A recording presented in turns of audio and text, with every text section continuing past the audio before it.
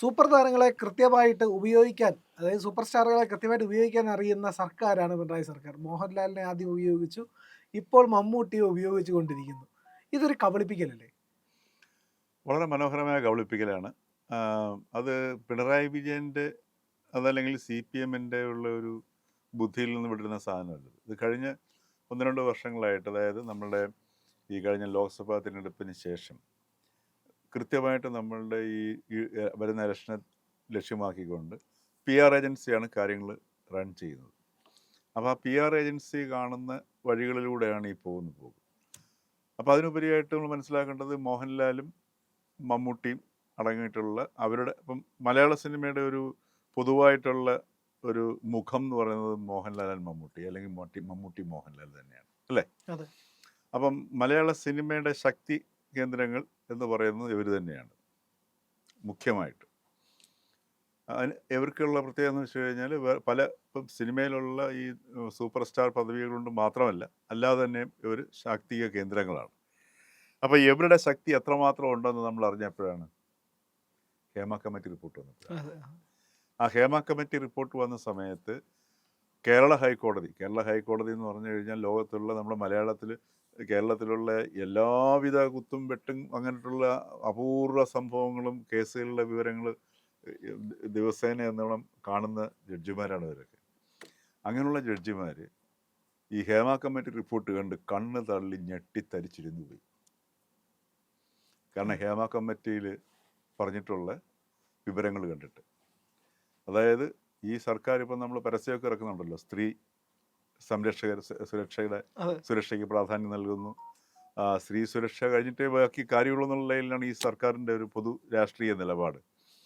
പക്ഷെ അതിനകത്ത് ഏറ്റവും കൂടുതൽ ദുരിതം അനുഭവിച്ചുള്ള സ്ത്രീകളെയും പെൺകുട്ടികളെയും ഒക്കെ ഈ സിനിമാ മേഖലയിൽ ഈ നക്ഷത്രങ്ങൾ ഉടഞ്ഞ് തറയെ വീണു എന്നാണ് പറയുന്നത്, അല്ലേ? താരങ്ങളാണല്ലോ. അതെ. ഈ താരങ്ങൾ തറയിൽ വീണ് ഉടഞ്ഞ് കരിങ്കട്ടയായ ഒരവസ്ഥയിലേക്ക് എത്തി. അപ്പോൾ അത് അത്രയും ഇപ്പം നമ്മൾ ഇവരുടെയൊക്കെ ഈ സാമൂഹ്യ പ്രതിബദ്ധത, ഇപ്പം നമ്മളിപ്പോൾ ഈ മമ്മൂട്ടിയുടെയും മോഹൻലാലിൻ്റെയൊക്കെ ഈ മുഖ്യധാര മാധ്യമങ്ങളുണ്ട് നമ്മുടെ കേരളത്തിൽ, അത് മുഴുവൻ പൈങ്കിളി മാധ്യമങ്ങളാണ്. അപ്പോൾ അവർക്കും ഇവരെ ആവശ്യമാണ്, ആരെ? മമ്മൂട്ടിയെയും മോഹൻലാലിനെയും. അവരുടെ ഇപ്പോൾ ഒരു കണ്ടന്റ് ക്രിയേറ്റ് ചെയ്ത് ആൾക്കാരെ കൊണ്ട് വായിപ്പിച്ച് പ്രചാരം ഉണ്ടാക്കാനും കാഴ്ചക്കാരെ കൂട്ടാനും ഈ താര സ്പർശങ്ങൾ ആവശ്യമാണ്. അതുകൊണ്ടാണ് അവരെ ഈ മുഖ്യധാരാ മാധ്യമങ്ങളും പിന്നാലെ നടക്കുന്നത്. അപ്പോൾ ഇത് ഈ ഈ ഹേമ കമ്മിറ്റി റിപ്പോർട്ട് പുറത്തു വന്ന സമയത്ത് ഇത്രയും വലിയ എല്ലാവിധമായിട്ടുള്ള മനുഷ്യാവകാശ ലംഘനങ്ങളും സകല ക്രൂരതകളുടെയും മനുഷ്യനോട് കാണിക്കാൻ പറ്റാത്ത അമ്മാതിരി രീതിയിലുള്ള ചെയ്തികളൊക്കെയാണ് ഈ ഹേമ കമ്മിറ്റി റിപ്പോർട്ടിലൂടെ കേരള ഹൈക്കോടതി കൊണ്ട് ഞെട്ടിപ്പോയത്. ഇത് ഏതാണ്ട് 4-5 വർഷം അടയിരുന്നു കേരള സർക്കാരിൻ്റെ കീഴിൽ. അതായത് സ്ത്രീ സുരക്ഷയ്ക്ക് വൻ പ്രാധാന്യം നൽകുന്ന സംഗതി സംസ്ഥാന സർക്കാരിൻ്റെ കയ്യിൽ കിട്ടിയപ്പോഴത്തേക്ക് സംസ്ഥാന സർക്കാരിന് പ്രത്യേകിച്ചൊന്നും തോന്നിയില്ല. അവർക്ക് സംസ്ഥാന സർക്കാരിൻ്റെ മനസാക്ഷി ഞെട്ടുകയോ സ്ത്രീകളെ ഓർത്തിട്ട് വിങ്ങുകയോ ഒന്നും ചെയ്തില്ല. അത് ഭദ്രമായിട്ട് അവിടെ വെച്ചിരുന്നു. ഭാഗ്യം ഉണ്ടോ എന്തോ അത് അടയായിട്ട് വിരിഞ്ഞതുമില്ല. അടയായിട്ടിരിക്കുകയായിരുന്നു. ഇപ്പോഴും അത് അടയുടെ ബോധത്തിലിരിക്കുകയാണ്. ഹൈക്കോടതി പക്ഷേ കൊണ്ട് ഞെട്ടി. എന്നിട്ട് എന്ത് സംഭവിച്ചു? ഒന്നും സംഭവിച്ചില്ല. എന്തുകൊണ്ടാണ് സംഭവിക്കായിരുന്നു? സംഭവിക്കാൻ പാടില്ല എന്ന് ആലോചിച്ച് തീരുമാനം എടുത്തതുകൊണ്ടായിരിക്കും. അതായത് കേരളത്തിലെ സിനിമാ മേഖലയും അതുപോലെ ഭരണകക്ഷി രാഷ്ട്രീയ മേഖലയും ഭരണപക്ഷവും തമ്മിലുള്ള ഏതാണ്ട് ഒരേ രീതിയിൽ നീങ്ങുന്ന രീതിയിലുള്ള ഒരു 2 ശക്തികളുടെ ഒന്നിച്ചുള്ള ശക്തിയായി മാറി. ആ ശക്തിയുടെ മുമ്പിൽ ഗവൺമെൻറ്റിന് മലയാള സിനിമയ്ക്ക് പേടിക്കേണ്ട ആവശ്യമില്ല. അതിൻ്റെ പ്രതിനിധികളാണ് മോഹൻലാലും മമ്മൂട്ടിയും. ഈ കഴിഞ്ഞ മോഹൻലാലുമായിട്ടുള്ള ഇൻ്റർവ്യൂവിൽ അവസാന നിമിഷം പിണറായി വിജയൻ പറഞ്ഞൊരു കാര്യം ശ്രദ്ധിച്ച് നോക്കിയാൽ മനസ്സിലാക്കാൻ പറ്റും. സാധാരണ പിണറായി വിജയന് അത്തരം മണ്ടത്തരം പറ്റാറുള്ളതല്ല. അതായത് ഈ ഇൻ്റർവ്യൂ അവസാനിക്കുന്ന സമയത്ത് ഇങ്ങനെ ഈ സൗഹൃദം എന്ന് നിലനിൽക്കട്ടെ എന്നും പറഞ്ഞിട്ട് മോഹൻലാൽ ഇങ്ങനെ വളരെ മനോഹരമായിട്ട് നല്ല ബോഡി ലാംഗ്വേജൊക്കെ എഴുന്നേൽക്കുന്ന സമയത്ത് പിണറായി വിജയൻ പറയുന്നുണ്ട്, നമ്മൾ തമ്മിലുള്ള സൗഹൃദം ഇതുവരെ ആരും അറിഞ്ഞിരുന്നില്ല, ഇപ്പം എല്ലാവരും അറിഞ്ഞു. എന്ന് വെച്ചാൽ അതുവരെ നല്ല സൗഹൃദത്തിലായിരുന്നു, മോഹൻലാലുടെ സൗഹൃദത്തിലായിരുന്നു. മമ്മൂട്ടി CPM-ന്റെ ഉടമസ്ഥതയിലുള്ള കൈരളി ചാനലിൻ്റെ ചെയർമാനാണ് മമ്മൂട്ടിയും വർഷങ്ങളായിട്ട്. വർഷങ്ങളായിട്ട്. മമ്മൂട്ടിയും CPM-ഉം അതോടൊപ്പം തന്നെ മുഖ്യമന്ത്രി പിണറായി വിജയനും തമ്മിലുള്ള ബന്ധം എല്ലാവർക്കും അറിയാം. അപ്പോൾ ഈ ബന്ധത്തിൻ്റെ ഒരു ശക്തി കേരളത്തിൻ്റെ സർക്കാരിൻ്റെ ശക്തിയുമായിട്ട് കൈകോർത്തപ്പോഴാണ് ഹേമ കമ്മിറ്റി റിപ്പോർട്ട്, എനിക്ക് തോന്നുന്നു ഇപ്പോൾ ദ്രവിച്ചു കാണുമെന്ന് തോന്നുന്നു സാർ. അടയിരുന്നിട്ട് വിരിഞ്ഞില്ലെങ്കിൽ പിന്നെ കുറച്ച് കഴിയുമ്പോൾ ചീമിട്ടായി പോകും, അതെ, ദ്രവിച്ചു ഇല്ലേ? പോകും. ദ്രവിച്ചു പോകുന്ന അവസ്ഥ. അല്ലെങ്കിൽ അതായത് ഭയങ്കര റെസ്ട്രിക്ഷനും കൊണ്ടുവന്നില്ല, പല പേജുകളും വെളിയിൽ വരാൻ വെളിയിൽ പാടില്ല. വരാൻ പാടില്ലാത്ത ആലോചിച്ച് നോക്കുക. അത് എന്ത് ഇത് ഗവൺമെന്റിന് അറിയാം. സ്ത്രീ സുരക്ഷയ്ക്ക് പ്രാധാന്യം കൊടുക്കുന്ന ഒരു ഗവൺമെന്റാണ്. സ്ത്രീ സുരക്ഷയ്ക്ക് വേണ്ടി എന്തും ചെയ്തുകളയും. പക്ഷേ ഒന്നും സംഭവിച്ചില്ല. അപ്പം ഈ ഗവൺമെന്റും ഈ മലയാള സിനിമാ മേഖലയുമായിട്ടുള്ളൊരു ബന്ധമാണ് കാണിക്കുന്നത്. അപ്പോൾ ആ ബന്ധത്തിനകത്താണ് സകല വിധമായിട്ടുള്ള അനാശാസ്യമായിട്ടുള്ള പ്രവർത്തനങ്ങൾക്കും എന്ത് നടന്നു കഴിഞ്ഞാലും പേടിക്കണ്ടെന്നുള്ള അവസ്ഥ വന്നു. അതിനകത്ത് ഈ ഹൈക്കോടതി വരുന്നിടം വരെ ഒന്നും സംഭവിച്ചില്ല. ഹൈക്കോടതി ഇടപെട്ടിട്ട് പോലും അതിനകത്ത് കാര്യമായി ഒന്നും സംഭവിച്ചില്ല. ആർക്കും എതിരെ രേഖാമൂലമുള്ള വലിയ പരാതികളോ പലരും പരാതി പിൻവലിച്ചു, ഒക്കെ സംഭവിച്ചു. അപ്പം ഇതെല്ലാം സൂചിപ്പിക്കുന്നത് ഈ ഒരു ബന്ധത്തെക്കുറിച്ചിട്ടാണ്. ഇപ്പോൾ ഇവിടെ ഈ രണ്ട് നടന്മാർ 2025 ഓരോ മലയാളിയും ശ്രദ്ധിക്കേണ്ട ഒരു വിഷയമാണ്.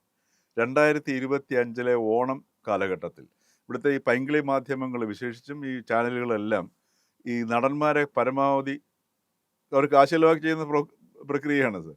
പരമാവധി കൊണ്ടുവന്ന് ഓണത്തിന് അവർ രാവിലെ ചമ്മന്തിയാണോ കഴിക്കുന്നത്, ഇഡ്ഡലി കഴിക്കുമ്പം ചമ്മന്തിയും വെള്ളച്ചമ്മന്തിയും ചുവന്ന ചമ്മന്തിയും കൂടെ കൂട്ടിക്കുഴച്ചിട്ട് ലേശം സാമ്പാറിൽ മുക്കിയാണോ കഴിക്കുന്നത്.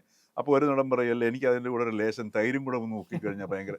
അപ്പോൾ ഇങ്ങനെയൊക്കെ സാധനങ്ങൾ കേൾപ്പിച്ച് ഓണത്തിനൊക്കെ നമ്മളുടെ എന്താ പറയുക, പിന്നെ ഡ്രോയിങ് റൂംസിലൊക്കെ ഇരുന്ന് നമ്മളെ രസിപ്പിക്കുന്ന പ്രക്രിയയിലാണ് ഈ മാധ്യമങ്ങൾ ചേരുന്നത്. 2025 ഓണം പരിപാടിക്ക് ഒറ്റ പിന്നെ പ്രധാനപ്പെട്ട നായകന്മാരോ നായികമാരോ നമ്മൾ കണ്ടു. വിശേഷിച്ച് നായകന്മാരെ കണ്ടില്ല. അതുകൊണ്ട് തന്നെ നായികമാർ ഉണ്ടെങ്കിലേ അപൂർവം ഉണ്ടാവുള്ളൂ. പക്ഷേ എങ്കിലും സിനിമാക്കാരെ മുഴുവൻ അകറ്റി നിർത്തി. കാരണം എന്താ, സമൂഹത്തിൽ നിന്ന് അവർ അന്യമായ ഒരു അവസ്ഥ വന്നു. അതുകൊണ്ടാണ് ആഴ്ചകൾക്കോ മാസങ്ങൾക്കോ ശേഷം മോഹൻലാൽ പ്രത്യക്ഷപ്പെട്ടിട്ട് ഒരു പത്രസമ്മേളനത്തിൽ രക്ഷപ്പെട്ട് ഓടുന്ന ഒരു രംഗം ഉണ്ടായിരുന്നു. അതിനു മുമ്പ് മോഹൻലാൽ ചോദിക്കുന്നു, എത്ര പെട്ടെന്നാണ് ഞങ്ങളൊക്കെ നിങ്ങൾക്ക് അന്യരായത്. അപ്പം മലയാള സമൂഹത്തിൽ നിന്ന് അന്യമാകുന്ന ഒരവസ്ഥയിലേക്ക് അവിടെ എത്തി. പക്ഷേ ഒരു 6 മാസം കൊണ്ട് അവർക്ക് എത്രമാത്രമാണോ നഷ്ടപ്പെടുന്നതിന് മുമ്പുണ്ടായിരുന്ന ഗ്ലാമർ, അതല്ലെങ്കിൽ ആ ഒരു സ്വാധീനം, അതിനേക്കാളൊക്കെ വളരെ മുകളിലേക്ക് എത്തുന്നതിലേക്ക് ഈ മുഖ്യധാരാ മാധ്യമങ്ങളും സഹായിച്ചു, അതുപോലെ രാഷ്ട്രീയ പ്രവർത്തകരും സഹായിച്ചു. ഇന്നിപ്പോൾ മഹാനടൻ മമ്മൂട്ടി, മഹാനടൻ മോഹൻലാൽ, അങ്ങനെ പിണറായി വിജയൻ വിളിക്കാറുള്ളൂ. അപ്പോൾ ഇവരെ ഉപയോഗിച്ചുകൊണ്ട്, അപ്പോൾ സ്വാഭാവികമായിട്ടും മമ്മൂട്ടിയോട് പറയുകയാണ്, പിണറായി വിജയൻ പറയുകയാണ്, നിങ്ങൾ മമ്മൂട്ടി കൈരളിയുടെ ചെയർമാനുമാണല്ലോ, നിങ്ങൾ വയനാട്ടിൽ പോയിട്ട് അതിൻ്റെയൊക്കെ ഒന്ന് നോക്കിയിട്ട് അതൊക്കെ ഒന്ന് ഗംഭീരമായിട്ടൊന്ന് പറയൂ എന്ന് പറഞ്ഞു കഴിഞ്ഞാൽ, മമ്മൂട്ടി വയനാട് ഇല്ലെന്ന് പറഞ്ഞു കഴിഞ്ഞാൽ ഇതിനിടയ്ക്ക് ആരെങ്കിലും വിളിച്ച് മാധ്യമങ്ങളെ അറിയിക്കും, അല്ലേ? എന്നിട്ട് മാധ്യമങ്ങളെ അറിയിക്കുമ്പം പറയും, ഞാൻ നിങ്ങൾക്ക് മാത്രമേ ഒരു തന്നിട്ടുള്ള എക്സ്ക്ലൂസീവാണ്, പോയി തട്ടിക്കുമെന്ന് പറയും. എല്ലാവരും വിളിച്ചതുപോലെ പറയും. മമ്മൂട്ടി അവിടെ ചെല്ലുന്ന സമയത്ത് മാധ്യമങ്ങളെല്ലാം കൂടെ വരുന്നു. അപ്പം മമ്മൂട്ടി ഇത് നിങ്ങളിതൊക്കെ എങ്ങനെ അറിഞ്ഞു എന്നുള്ള അത്ഭുതം കാണിക്കുന്നു. അങ്ങനെ ഒരു തിരക്കഥയുമായിട്ടാണ് മമ്മൂട്ടി പോകുന്നത്. കാരണം ഇവരൊക്കെ ആക്ടേഴ്സ് ആണല്ലോ. അപ്പം മമ്മൂട്ടിക്കൊക്കെ ആണെങ്കിൽ മമ്മൂട്ടിയും മോഹൻലാലും തമ്മിലുള്ള ആക്ഷനിൽ ഡിഫറൻസ് ഉണ്ട്. മമ്മൂട്ടി ഒരു മെത്തേഡ് ആക്ടറാണ്. അപ്പോൾ അദ്ദേഹത്തിന് നല്ല തിരക്കഥയും ഡയറക്ഷനും ഒക്കെ എപ്പോഴും അതനുസരിച്ചിട്ട് കഥാപാത്രങ്ങൾ ഉൾക്കൊണ്ടാണ് മമ്മൂട്ടി അഭിനയിക്കുന്നത്. പക്ഷേ ആ തിരക്കഥയിൽ ചെറിയൊരു മാറ്റം വന്നുപോയി. ആ മാറ്റം വന്നപ്പോഴത്തേക്ക് മമ്മൂട്ടിക്ക് അതിനെ ഹാൻഡിൽ ചെയ്യാൻ പറ്റില്ല. മോഹൻലാലിനാണെങ്കിൽ ആ പ്രശ്നം വരില്ലായിരുന്നു. മോഹൻലാലിൽ ഈ സ്പോണ്ടേനിയസ് ആക്ടർ ആയത് കാരണം ആ സിറ്റുവേഷനിൽ ചിലപ്പം പുള്ളി എന്താണോ സംഭവിക്കുന്നത് അതിനെ പുള്ളി കൺവെർട്ട് ചെയ്തിട്ട് ട്വിസ്റ്റ് ചെയ്ത് ആ മുഹൂർത്തത്തെ ഗംഭീരമാക്കും. പക്ഷെ മമ്മൂട്ടിക്ക് അതിന് പറ്റിയില്ല. ഇതെല്ലാം ശ്രമിക്കുന്നത് എന്താണ്, മമ്മൂട്ടി അവിടെ നിഷ്കളങ്കനായിട്ട് പോയതാണെന്ന് നമ്മൾ ആരെങ്കിലും വിശ്വസിക്കുന്നുണ്ടോ? ഇല്ല, അല്ലേ? അരിയാഹാരം പൊതുവെ നമ്മൾ കുറവാണ് കഴിക്കുന്നത്, പൊറോട്ടയാണ് കൂടുതൽ കഴിക്കുന്നത്. എന്നാലും ആരെങ്കിലും വിചാരിക്കുന്നുണ്ടോ? ഇപ്പൊ ഏഷ്യാനെറ്റിനെ പോലൊരു മാധ്യമം, ഞാൻ ഏറ്റവും കൂടുതൽ എനിക്ക് വിഷമം തോന്നിയൊരു സംഗതിയാണ്. കാര്യം എന്തൊക്കെ തന്നെ പറഞ്ഞു കഴിഞ്ഞാലും കേരളത്തിലെ ചാനൽ സംസ്കാരം കൊണ്ടുവന്നതും അത്യാവശ്യം സമൂഹത്തിലെ നോക്കിക്കൊണ്ട് ആദ്യം മാധ്യമം എന്ന ഒരു രീതിയിൽ പ്രവർത്തിച്ചതും ഒക്കെയുള്ളൊരു ചരിത്രമുള്ള പാരമ്പര്യമുള്ളൊരു ചാനലാണ് ഏഷ്യാനെറ്റ്. 1-ാം നമ്പർ ചാനലാണ്. ഇപ്പോഴും ഏഷ്യാനെറ്റ് നിലവിലുള്ള ചാനലുകളിൽ മെച്ചവുമാണ്. അത് നമുക്ക്. പക്ഷേ ആ ചാനൽ 2 ദിവസം നിരന്തരമായി പ്രവർത്തിച്ചു. എന്താണ്, മമ്മൂട്ടി അവിടെ റഫീഖുമായിട്ട് റഫീഖിനോട് പറഞ്ഞത് വളരെ പക്വതയേറുന്ന രീതിയിലാണ് അദ്ദേഹം പറഞ്ഞത്. ഏഷ്യാനെറ്റിന് മനസ്സിലാവുന്നില്ല. എനിക്ക് തോന്നുന്നു ഏഷ്യാനെറ്റിലുള്ള ഒരു അരിയാഹാരം കഴിക്കുന്നുള്ള സംശയമാണെന്ന് തോന്നുന്നു. ഫുൾ ടൈം പൊറോട്ട കഴിക്കണം. കഴിക്കുമെന്ന് തോന്നുന്നു. കാരണം എന്ന് വെച്ചാൽ മമ്മൂട്ടി വളരെ ആ നന്മയുടെ ഒരു അംശം കാണാനായിട്ട് അവിടെ പോയി. ആ ഒരു നന്മ, ഒരു എന്താ പറയുക, വയനാട്ടിലെ ടൗൺഷിപ്പ് എന്ന നന്മ കാണാൻ എത്തിയപ്പോൾ അതിനെ ഈ രീതിയിൽ പറഞ്ഞപ്പോഴത്തേക്ക് അതിനെ ഒരു പാർട്ടിയുടെ ഒരു ചേർത്ത് നിർത്തി കാണുന്നത് മോശമാണെന്ന് കരുതി ആണ് അദ്ദേഹം പറഞ്ഞത്. വളരെ പക്വതയാർന്ന രീതിയിലാണ് 2 ദിവസം നിരന്തരമായിട്ട് ശ്രമിച്ചു. അപ്പോൾ നമ്മൾ കാണേണ്ടത് സർക്കാർ, സിനിമാ മേഖല, ഇപ്പം മാധ്യമങ്ങളും കൂടെ കൈകോർക്കുന്നൊരവസ്ഥയാണ്. ഇവർ 3 പേരും കൂടെ ചെയ്യുന്നത് എന്താണ് ചെയ്യുന്നത്? ജനങ്ങളെ കബളിപ്പിക്കുക ചെയ്യുന്നത്, അല്ലേ?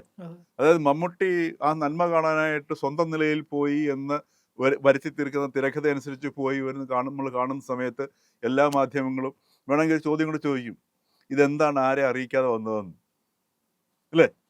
അപ്പോൾ അങ്ങനെ ചോദിക്കുമ്പോൾ പറയും, ഞാൻ എന്തിനാ ആരെ അറിയിക്കുന്നത്? എനിക്ക് ഇത്രയും മനോഹരമായ ഇത്രയും ഒരു നല്ല പ്രവൃത്തി നടക്കുന്ന സമയത്ത് എനിക്കൊന്ന് കാണണമെന്ന് ആഗ്രഹം തോന്നുന്നു. ആർക്കും തോന്നുന്നതാണ്, എല്ലാവരും വന്ന് കാണേണ്ടതാണ്. ഇത്രയും മാതൃകാപരം ഇന്ത്യയിൽ എല്ലാവരും വന്ന് കാണേണ്ടതാണ്. ലോകം തന്നെ ശ്രദ്ധിക്കേണ്ട സംഗതിയാണ്. ലോകത്ത് എവിടെയെല്ലാം വെള്ളപ്പൊക്കങ്ങൾ ഉണ്ടായിട്ടുണ്ട്, മലയിടിഞ്ഞു പോയിട്ടുണ്ട്, അവിടെയെങ്കിലും നടക്കാത്ത ഒരു സംഗതി സ്വപ്നങ്ങളിൽ പോലും ഇല്ലാത്ത രീതിയിലുള്ള സംഗതി നടക്കുമെന്ന് പറയുന്നു. അപ്പോൾ സംഗതി മാറിയില്ലേ, ഇല്ലേ? അപ്പോൾ ഇത് നിഷ്പക്ഷമായിട്ട് വന്നതെന്ന് പറഞ്ഞു കഴിഞ്ഞാൽ അതിൻ്റെ ആ ഒരു പിന്നെ വയനാടെന്ന് പറയുന്നതിൻ്റെ ഒരു സംഗതി മാറുകയാണ്. ഈ തെരഞ്ഞെടുപ്പിൽ മുഴുവൻ വയനാടിനെ കൊണ്ട് നമുക്ക് നിറയ്ക്കാം, അല്ലേ? അപ്പോൾ ഇതെല്ലാം നമ്മളെ കബളിപ്പിക്കുന്നതിനാണ് ഉദ്ദേശിക്കുന്നത്.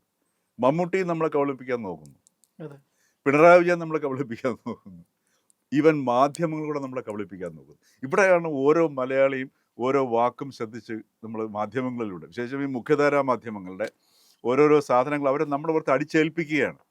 ഏഷ്യാനെറ്റ് പറയുകയാണ് പക്വതയാർന്ന രീതിയിലാണ് മമ്മൂട്ടി അവിടെ പെരുമാറിയത് എന്ന് പറയുമ്പോൾ നമ്മളത് വിശ്വസിക്കാൻ ബാധ്യസ്ഥനാവുന്ന രീതിയിലാണ്. അപ്പോൾ അവിടെയാണ് മാധ്യമങ്ങൾ ശരിക്കും പറഞ്ഞു കഴിഞ്ഞാൽ റഫീഖിൻ്റെ ഒരു അവസ്ഥയിൽ നിന്ന് ആലോചിച്ച് നോക്കണം. റഫീഖിനെ നമ്മളൊരു CPM-ൻ്റെ സെക്രട്ടറി ആയിട്ടല്ല കാണേണ്ടത്. ഏത് രാഷ്ട്രീയ പാർട്ടിയാണെങ്കിലും, അതിനിപ്പം ലീഗ് ആയിക്കോട്ടെ, കോൺഗ്രസ് ആയിക്കോട്ടെ, BJP ആയിക്കോട്ടെ, CPM ആയിക്കോട്ടെ, ഒരു രാഷ്ട്രീയ പാർട്ടിയുടെ ജില്ലാ നേതാവ് എന്ന് പറയുന്നത് അവിടുത്തെ ജനങ്ങളുടെ എത്ര തന്നെ സ്ഥാപിത താല്പര്യം ഉണ്ടെങ്കിലും അവിടുത്തെ ജനങ്ങളുടെ ജീവിതവുമായി നേരിട്ട് അനേക വിഷയങ്ങളിൽ ഏർപ്പെടുന്ന ഒരു വ്യക്തിയാണ്. ഇത്തരത്തിലുള്ള ഒരു പ്രക്രിയയിലൂടെയാണ് ജനായത്ത സംവിധാനം വികസിച്ചു വരുന്നത്, അല്ലേ? ഈ പിണറായി വിജയൻ ഇന്ന് നമ്മൾ ജനായത്ത സംവിധാനത്തെ കൈകാര്യം ചെയ്യുന്ന നമ്മുടെ ഇന്ത്യൻ രാഷ്ട്രപതി പിന്നെ ദ്രൗപദി മുർമു മുതൽ ഇങ്ങ് താഴെ പഞ്ചായത്തിൽ നിൽക്കുന്ന നമ്മുടെ കൗൺസിലിലെ വാർഡ് മെമ്പർ വരെ ജനങ്ങളുടെ പ്രശ്നങ്ങളുമായിട്ട് നേരിട്ട് കൈകാര്യം ചെയ്ത് വരുന്ന രീതിയാണത്. അപ്പം ഈ രീതിയിൽ ഒരു പൊതുപ്രവർത്തകൻ എന്ന് പറയുമ്പോഴത്തേക്ക് ഇപ്പം റഫീഖിനെ പോലുള്ള പൊതുപ്രവർത്തകൻ ആ വയനാടുണ്ടായ ചൂരൽമലയിലുണ്ടായ സംഭവത്തിൻ്റെ തുടക്കം മുതൽ ഈ നിമിഷം വരെ അത് അദ്ദേഹം പാർട്ടിക്കാരെ സഹായിച്ചോ ആരെ സഹായിച്ചോ, മനുഷ്യരെ തന്നെ അയാൾ സഹായിച്ചിട്ടുണ്ടാവും. അതിനോടെല്ലാം കൂടെ നിന്ന് അവരുടെ പ്രശ്നങ്ങൾ കൈകാര്യം ചെയ്ത മനുഷ്യനാണ്. ചെറുതായിട്ട് കാണരുത്. അതിപ്പോൾ BJP-കാരനാണെങ്കിലും ലീഗുകാരാണെങ്കിലും ആരാണെങ്കിലും. അപ്പോൾ അത് നമ്മുടെ ജനായത്ത സംവിധാനത്തിൻ്റെ ജീവനാഡിയാണത്. അപ്പോൾ ആ ജനായത്ത സംവിധാനത്തിലുള്ളൊരു പുച്ഛമല്ലേ മമ്മൂട്ടി കാണിച്ചത്? അതിനേക്കാൾ പാതകമല്ലേ മുഖ്യമന്ത്രി കാണിച്ചത്, അല്ലേ? ആ റഫീഖിനെ പോലെ, അതല്ലെങ്കിൽ അതേപോലുള്ള പൊതുപ്രവർത്തകരെ, അതല്ലെങ്കിൽ ഒരു പൊതുപ്രവർത്തനമെന്ന ആ ഒരു വളരെ മഹത്വവൽക്കരിക്കപ്പെട്ട് നിലനിൽക്കേണ്ട ഒരു സംഗതിയെ അംഗീകരിക്കുന്നതിന് പകരം അതിൻ്റെ കോസ്റ്റിൽ, അല്ലേ, അതിനെ ബലിയാടാക്കിക്കൊണ്ട് മമ്മൂട്ടിയുടെ അടുത്ത് പരസ്യമായിട്ട് മാപ്പ് പറയുന്നൊരു അവസ്ഥ വരുന്നു. ഇവിടെ എല്ലാം നമ്മൾ കബളിപ്പിക്കപ്പെടുകയാണ് ചെയ്യുന്നത്, ജനങ്ങൾ, അല്ലേ? ഇതിൻ്റെ സത്യാവസ്ഥ ഇവിടെ എല്ലായിടത്തും സംഭവിച്ചത് എന്താണ്? മമ്മൂട്ടി ചില സാധനം പിണറായി വിജയൻ പറഞ്ഞിട്ടാണ് ഞാൻ വന്നത് എന്ന് ഉള്ളത് മറച്ചു വയ്ക്കാനുള്ള മമ്മൂട്ടിയുടെ ശ്രമം റഫീഖിൻ്റെ നിരന്തര സാന്നിധ്യത്തിലൂടെ നഷ്ടപ്പെടുമോ എന്ന ഭയം വരുന്നു, അല്ലേ? അത് നമ്മൾ കാണുമെന്നുള്ള പ്രശ്നമാണ്. സ്വകാര്യയിൽ പ്രശ്നം വരില്ല, തിരക്കഥ തെറ്റുള്ള പേടിയാണ്. പിണറായി വിജയൻ നമ്മളെ തെറ്റിദ്ധരിപ്പിക്കാൻ ശ്രമിക്കുന്നു, അല്ലേ? അപ്പം എല്ലാവരും അവരുടേതായിട്ടുള്ള സ്ഥാപിത താല്പര്യത്തിന് വേണ്ടിയിട്ട് ഈ സാധാരണ ജനങ്ങളെ കബളിപ്പിക്കാനുള്ളതിൻ്റെ എങ്ങനെയാണ് കബളിപ്പിക്കുന്നത്, മാധ്യമം കൂടെ ചേർന്ന് കബളിപ്പിക്കുന്നത് എങ്ങനെയാണെന്നുള്ളതിൻ്റെ ഏറ്റവും മനോഹരമായ ഓരോ മലയാളിക്കും ശ്രദ്ധിച്ച് സ്വന്തം നിലയിൽ മനസ്സിലാക്കിയെടുക്കാൻ പറ്റുന്ന സംഗതിയാണ് ഇപ്പോൾ നടന്ന ഈ സംഗതികൾ മുഴുവൻ. അതിന് അരിയാഹാരം തന്നെ കഴിക്കണമെന്ന് നിർബന്ധമൊന്നുമില്ല. പൊറോട്ട കഴിച്ചാലും ഇത് മനസ്സിലാവുന്നതേ ഉള്ളൂ. പ്രിയപ്പെട്ട പ്രേക്ഷകരെ, ഇത്തരത്തിലുള്ള വാർത്തകൾ നിങ്ങളിലേക്ക് നിരന്തരമായി എത്തിക്കുന്ന ഇന്ത്യ ലൈവാണ്. ആ ഇന്ത്യ ലൈവിന് നിങ്ങൾ നൽകുന്ന പിന്തുണയ്ക്ക് നന്ദി. നിങ്ങളുടെ പിന്തുണ ഞങ്ങൾക്ക് സബ്സ്ക്രിപ്ഷൻ ആയിട്ടാണ് ലഭിക്കേണ്ടത്. അതുകൊണ്ട് ഇന്ത്യ ലൈവ് ചാനൽ സബ്സ്ക്രൈബ് ചെയ്യുക. മറ്റുള്ളവരോട് ചാനൽ സബ്സ്ക്രൈബ് ചെയ്യാനായിട്ട് പറയുക. നിങ്ങളുടെ അഭിപ്രായങ്ങൾ വീഡിയോയ്ക്ക് താഴെയുള്ള കമൻറ്റ് ബോക്സിൽ അഭിപ്രായങ്ങൾ രേഖപ്പെടുത്തുക. അതോടൊപ്പം തന്നെ വീഡിയോകൾ ലൈക്ക് ചെയ്യുക, ഷെയർ ചെയ്യുക.